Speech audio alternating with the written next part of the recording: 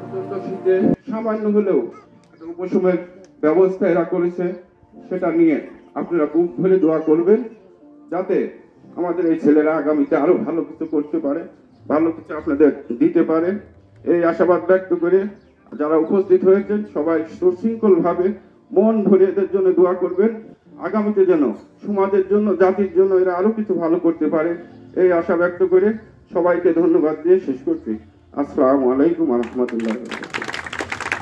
সময়ের বাতিঘর কর্তৃক আয়োজিত আজকের শীতি বস্ত্র বিতরণ অনুষ্ঠানের সম্মানিত সেনের সভাপতি, সম্মানিত শ্রদ্ধেয় বিশেষ মেহমান, আমার প্রিয় বড় ভাই, অত্যন্ত মনের মানুষ, অত্যন্ত কাছের মানুষ আমার ভাই শফিকুল ইসলাম, উপস্থিত আছেন আমার বাম পাশে আমার প্রিয় মামা শফিউদ্দিন শফি, উপস্থিত আছেন আজকের বাতিঘরের সম্মানিত ভলেন্টার বিন্দু, আমার সামনে বসা এই এলাকার অত্যন্ত শ্রদ্ধেয় মুরব্বী, সামনে বসা আছে আমার সব শ্রেণীর মা ও বোনেরা, প্রিয় সাংবাদিক বিন্দু, সবাইকে সালাম, আসসালামু আলাইকুম। যেই মানুষগুলোর গতকালকে 31টা থাকার কথা ছিল, সেই মানুষগুলো একটি মহতি কাজের জন্য এই যুবকরা কাজে লেগেছে, একটি অসুস্থ সমাজকে সুস্থ সমাজে পরিণত করার জন্য যারা এই যুবক চিন্তা করেছে, যেসব প্রবাসী ভাইরা এই সমাজটাকে পরিবর্তন করার জন্য একটি মহতের কাজের উদ্যোগ গ্রহণ করছে, আমি সব ব্যক্তির কাছে আমি আমার পক্ষ থেকে নিজেকে কৃতজ্ঞ মনে করছি। আল্লাহ যেন প্রত্যেক ব্যক্তিকে এই মহৎ উদ্যোগের জন্য আল্লাহ তাদেরকে জাযা দান। এখন মোবাইলের যুগ আছে, ডিজিটাল যুগ আছে, যুগের মাধ্যমে সারা বিশ্বে জানবে সময়ের বাতিঘর। ছোট্ট হলেও সম্পূর্ণ নিঃস্বার্থে যারা স্বেচ্ছায় কিছু দান করেছেন, সেভাবে এই অনুষ্ঠানের স্বেচ্ছাসেবী যারা আছে তারা এই অনুষ্ঠানে আয়োজন করেছে।